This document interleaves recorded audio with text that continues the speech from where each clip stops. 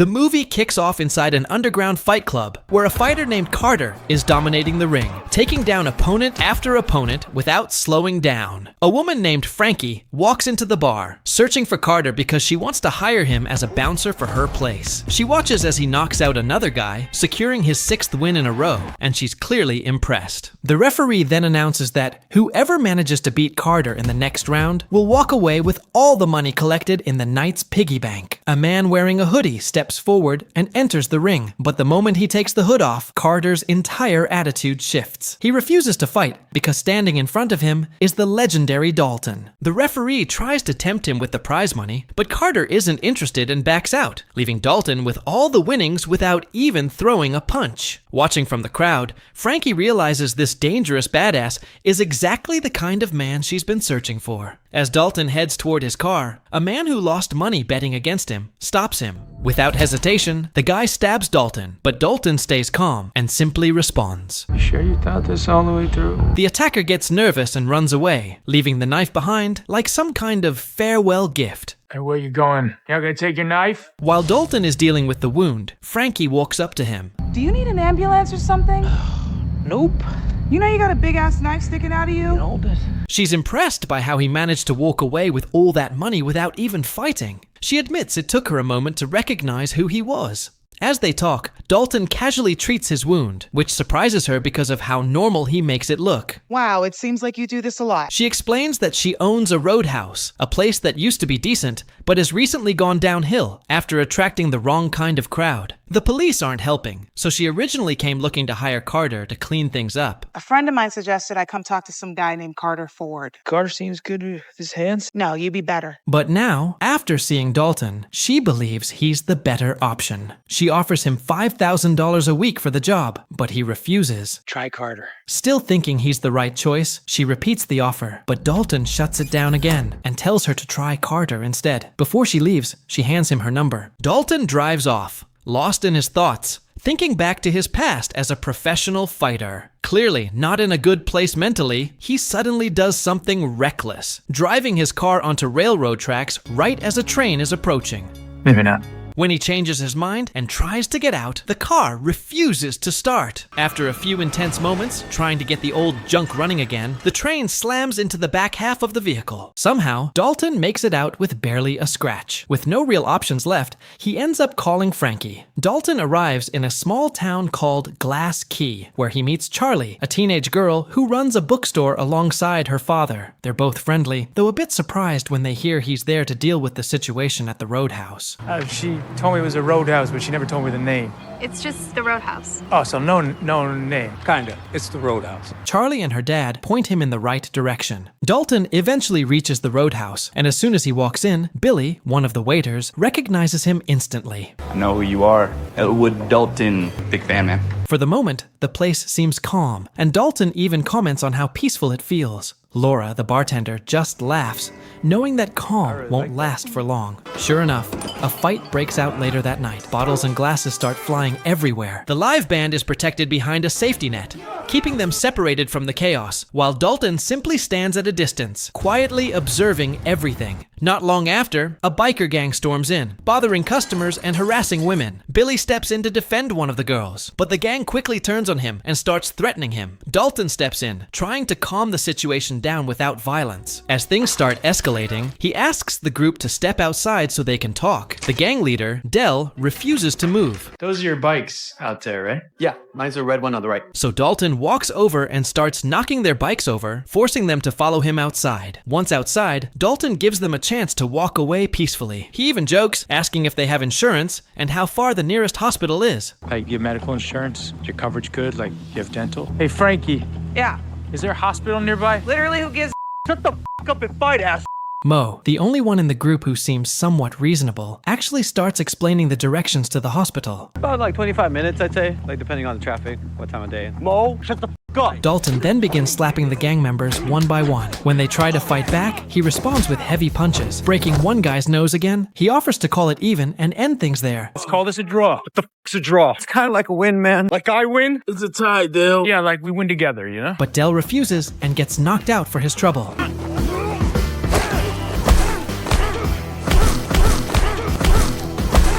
Oh, I think you broke my arm. Definitely broke your arm. But the good news is the hospital's only 20 minutes away. Okay, I said 25? God, I don't think I could ride like this. Hey, Frankie. Yeah. You got a car I could borrow? I do, yeah, but not for them. Come on, these guys need medical attention. I don't give a Dalton takes Frankie's car and drives the injured gang members to the hospital himself. While he's there, he even helps them fill out the paperwork. Is that one a friend of yours? No, I just broke his arm. On his way back, a doctor stops him and sarcastically thanks him for filling her ER with a bunch of idiots. His response catches her off guard and makes her smile. When she notices he's bleeding, she offers to treat him. As she works on the knife wound, she asks if he actually enjoys fighting and how often he wins. Dalton admits it. No one ever wins a fight. But when she offers to stitch the wound, he refuses. Why not? He says it was his fault and he has to deal with the consequences. For the same reason, he also refuses any painkillers. Back at the roadhouse, Frankie pays Dalton for the week. The staff is still talking about the fight. Clearly impressed, Dalton tells Frankie he didn't expect such a beautiful view from the place and asks why it's even called the Roadhouse. Why is it called the Roadhouse? Well, I don't know. My uncle had a unique sense of humor. Not wanting to stay in some cheap motel, he mentions a houseboat he saw nearby and says he's thinking about renting it. Frankie tells him it actually belongs to her and lets him stay there for free, though she does warn him to watch out for the crocodile. Also, watch out for the crocodile. The what? I shit you not, it killed Chauncey last year. Who? The Dockmaster's Pomeranian. Oh, and heads up, my uncle named the boat too. Dalton moves into the boat, which is literally just called the boat. That night, he dreams about his past, his time in the UFC, back when he was competing for the championship title. The next morning, Laura shows up with breakfast and wakes him up. She mentions how the Roadhouse has gone through a lot of bouncers and hopes things will be different this time. Later on, Dalton heads to Charlie's bookstore to use their computer. Good morning, Dalton. Hey, Dalton. Even there, people are already talking about what he did to the biker gang. While he's browsing, trouble starts at a nearby store. Some of the same bikers from before are back, causing problems again. Charlie grabs a bat and steps in, ready to defend her place. The bikers laugh it off, but the moment Dalton steps outside, their attitude changes instantly, and they back off. Dalton heads back to the Roadhouse, and by now, it feels like everyone in town knows exactly who he is. Hey, Dalton. Frankie, was there like a town meeting or something? How does everybody know my name? Yeah, that's just how it is around here, man. I mean, it's a gossipy sort of island. Meanwhile, on a yacht somewhere, the man behind the biker gang gets the bad news. They tell him Dalton interfered and ruined their plan to scare off customers and shut the Roadhouse down. Back at the Roadhouse, another fight breaks out, this time over the music. Dalton sees it as a chance to teach Billy something. He points at a guy in a red shirt and tells Billy, This guy's got a knife under his shirt. He takes it out. You just take a big step back and pop him in the face. Surprisingly, Billy actually manages to handle it. Eventually, Dalton steps in to do what he's being paid for. He breaks the guy's wrist and tells Billy to deal with the rest. And somehow, despite being just a waiter, Billy actually pulls it off. Over the next few days, Dalton lets Billy handle most of the work while giving him tips on how to fight. Meanwhile, Dalton focuses on his own training. He also notices that one of the workers, Reef, has scars on his knuckles. It doesn't take long for him to figure out that Reef used to be a boxer. He pairs Billy and Reef together, turning them into a team to manage the bar. That way, Dalton can relax a bit more. He watches them like a proud teacher as they handle the chaos. One night, while escorting a drunk guy out, Dalton spots the biker gang watching him from outside. They stare him down before riding off. The next morning at a local cafe, Dalton runs into Ellie again. Nice haircut, Ellie. Really suits you. You, Frank. I should have let that burst appendix kill you. My hairdresser. He starts questioning why everyone in this town seems so aggressive. Ellie explains that in Glaskey, people do things their own way. Family ties run deep, and even the police don't always do their jobs. The conversation turns a bit more personal, and the two begin flirting instead of just being friendly. Dalton slowly starts opening up more, and the moment between him and Ellie becomes a little more personal. After another week, Dalton picks up his pay and heads back to the boat. On the way, he notices a car slowly following him. Suddenly, it speeds up and almost hits him. Dalton dodges, but the car reverses and slams into him. The truck ends up hanging off a bridge. Dalton sees Dell climb out with his girlfriend and run off, leaving him behind as the truck falls into the river. Dalton survives, but when he returns to the boat, Dell is waiting with a shotgun. He starts talking like a typical villain, but Dalton doesn't waste time. He flips the table, breaks Dell's knees, and throws him into the water. Dalton tries to end things peacefully. So you gonna kill me now? Why would I kill you? Well, that was stupid. I'm just gonna go right back up. But then the crocodile Frankie warned him about shows up. He tries to save Dell, but it's too late. The croc has already started eating. The next morning, the police are searching for Dell's body, but a local casually mentions that crocodiles like to hide their food. Won't find the body. Crocs hide their food. Didn't know that. That's why no one believed me about Chauncey. My dog. Damn croc got him too. The same guy suggests Dalton probably messed with the gang's side business, which seems tied to drug deliveries. At the bookstore, Charlie shows Dalton a harbor map. There's really no reason to use the roadhouse for shipments, since the reefs make it almost impossible. As Dalton steps outside, a man approaches him, showing a gun tucked in his waistband. He tells Dalton to get in the car. His boss, Ben Brandt, wants to talk. They start talking, and Dalton warns him that if he breaks his index and middle fingers, he won't be able to shoot. Then he proves it by snapping the guy's fingers and unloading his gun. Another man tries to step in, but backs off, clearly too scared. Dalton tells him something before walking away. Tell your boss if he wants to talk to me, I work at the Roadhouse and I'm there every night. And your friend is going to need a doctor now. The good news is there's a hospital. It's only 25 minutes away. Back at the Roadhouse, Dalton asks Frankie why Dell's crew was targeting her place so hard. She brushes it off, saying it's probably just territory issues. Meanwhile, the injured guy returns to Brandt and admits he failed. Brandt is getting frustrated. His whole plan is falling apart because of one skinny bouncer. Turns out, he wants to tear down the Roadhouse and build a luxury hotel. Then his dad calls from prison. It's a prepaid call, but Brandt refuses it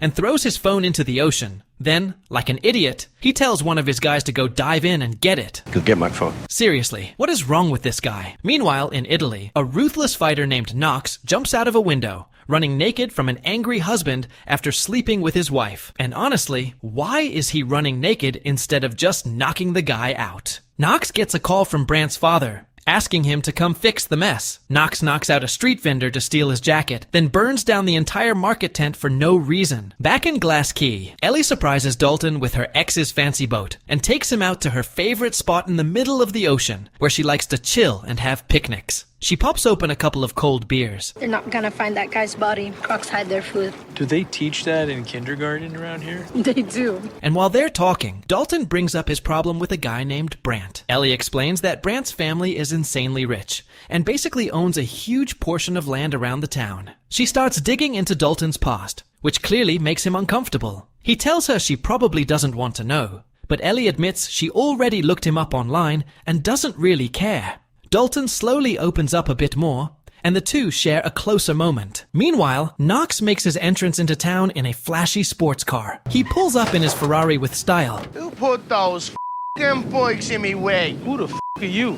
Jesus, he knocked all the f***ing bikes over. The second he steps in, he begins ordering the gang around, making it very clear that he's the one in charge now. When Brandt arrives, he's completely thrown off, seeing his entire crew cooking food and treating Knox like some kind of king. Brandt questions him. I'm sorry, who the f*** are you? And Knox casually explains that he was sent by Brandt's father and has a message to deliver. What is this message?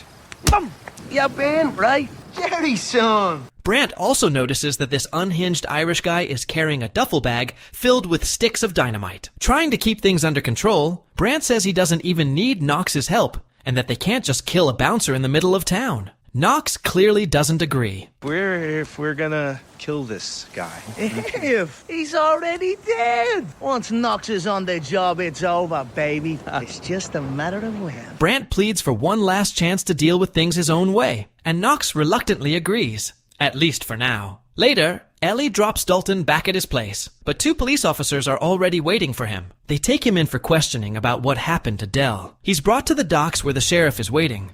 Elwood. And most people call me Dalton, sir. Most people call me Big Dick. I'm not going to do that. The sheriff explains how things work in Glass Key, saying it's basically one big family. He offers Dalton a deal. Either leave town, or he'll come up with a reason to arrest him and make sure he doesn't make it out of prison alive. I'd like you to leave here, my friend. You don't want to be my friend. Dalton mocks the whole situation, which irritates the sheriff enough to kick him and nearly shoot him right there. That's when Ellie shows up, yelling at the sheriff like he's a child, and even slaps him across the face. Dalton, still on the ground, is completely caught off guard by what just happened. Ellie drives him away and finally explains everything. The sheriff is her father. He used to work with Brandt's father, but after the old man went to prison, he started working for Brandt instead. She begs Dalton to leave town before things get worse.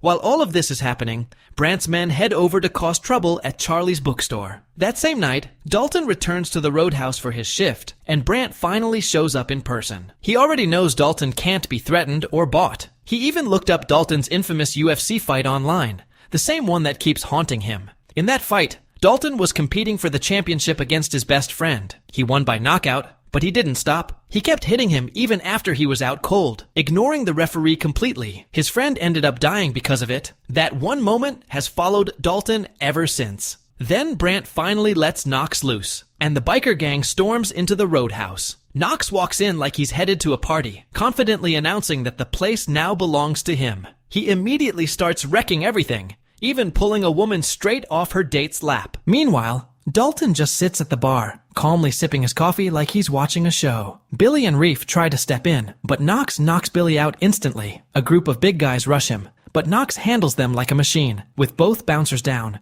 the entire bar turns into chaos. Dalton just wanted a quiet moment. Dalton! But Knox keeps shouting his name. Eventually, Dalton gets up and walks over to face him. Dalton! What? It's about time! That's what! Don't let no one get this close.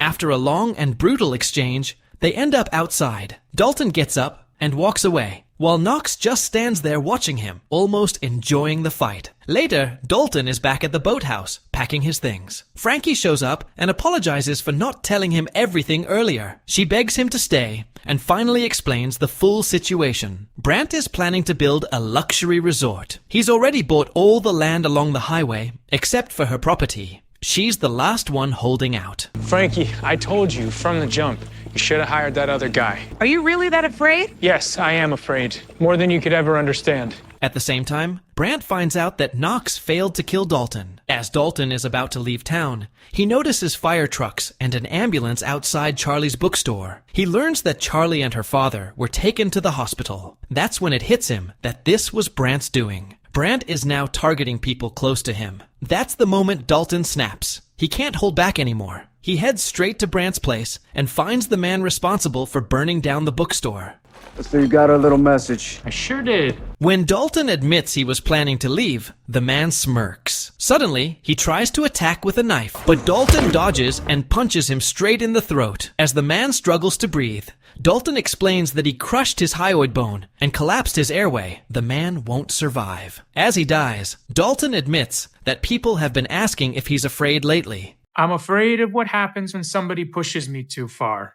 Somebody just like you. Because I know what happens next. Dalton loads the body into a truck, and Mo happens to see him. Staying polite as always, Mo casually mentions that Brandt is expecting a big payout at Harvest Key at 5 in the morning. Dalton grabs some ice for the body and heads toward the island. He tracks down a corrupt cop who's delivering the money and knocks him out. Inside, he finds a case filled with cash, enough to disappear forever. When the cop wakes up, he sees Dalton dragging the corpse toward the shore and firing the cop's gun into it. The cop panics, but Dalton starts explaining how head injuries can mess with memory. Then he knocks him out again using a tree branch. After that, Dalton uses a payphone to call both the police and the media, tipping them off about a cop shooting someone at the shore. Dalton sets up Knox's dynamite just as the sheriff shows up. He tells Dalton that Brandt has kidnapped Ellie and will kill her unless the money is returned. Dalton isn't fully convinced, but he decides not to take the risk and agrees to meet with the cash. He steals a boat right in front of Ellie's ex-boyfriend,